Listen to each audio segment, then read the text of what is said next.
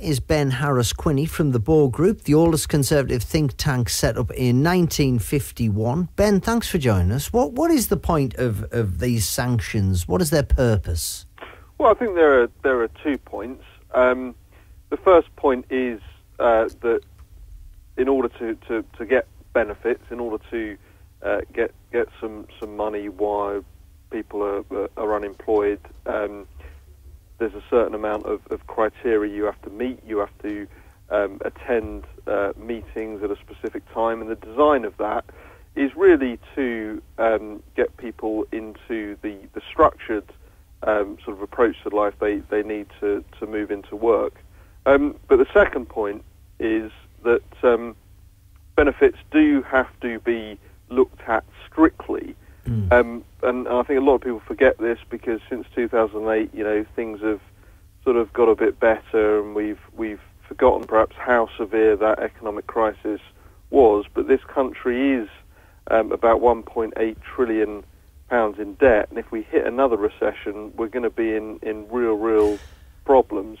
So we do need to be taking a very stringent approach to our spending. But is there a danger in trying to claw money back from the poorest in our society? Where's the virtue in that? I mean, when we could be looking at the other end of the system and could possibly make a whole lot more money if we tackled people who are doing things at the other end.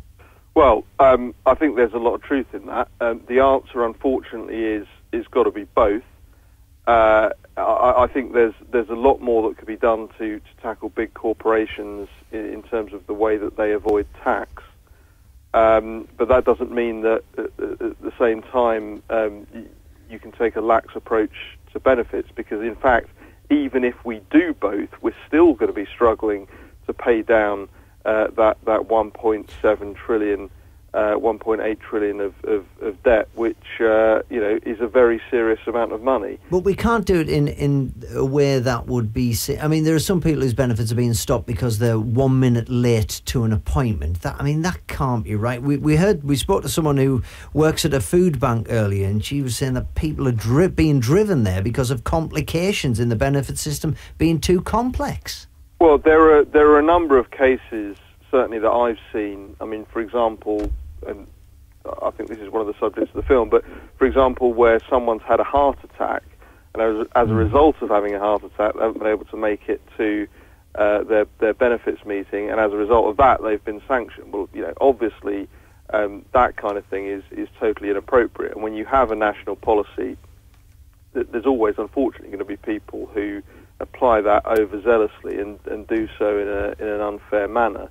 But I think whilst you can pick out these individual anomaly cases, broadly the policy is not about being ridiculously unfair.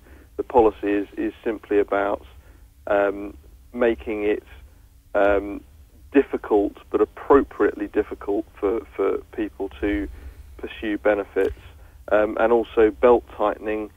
Because the fact is the country just cannot afford a lax approach to benefits, as I would argue and a lot of people would argue we've had in the past. But when we look at how many people are actually cheating the system, Ken Lord said earlier, it's very small, less than 1%, 25% think there's fraudulent behaviour. Is part of the problem with this system that it's demonising the poor? I mean, the headlines you see in some of the papers are really stirring this up.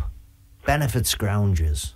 Well, I think there's in terms of the 1% figure, there are a lot of people who are claiming benefits that polls show that whilst they're claiming benefits legally, the majority of people in this country feel that that is not an appropriate use of our resources.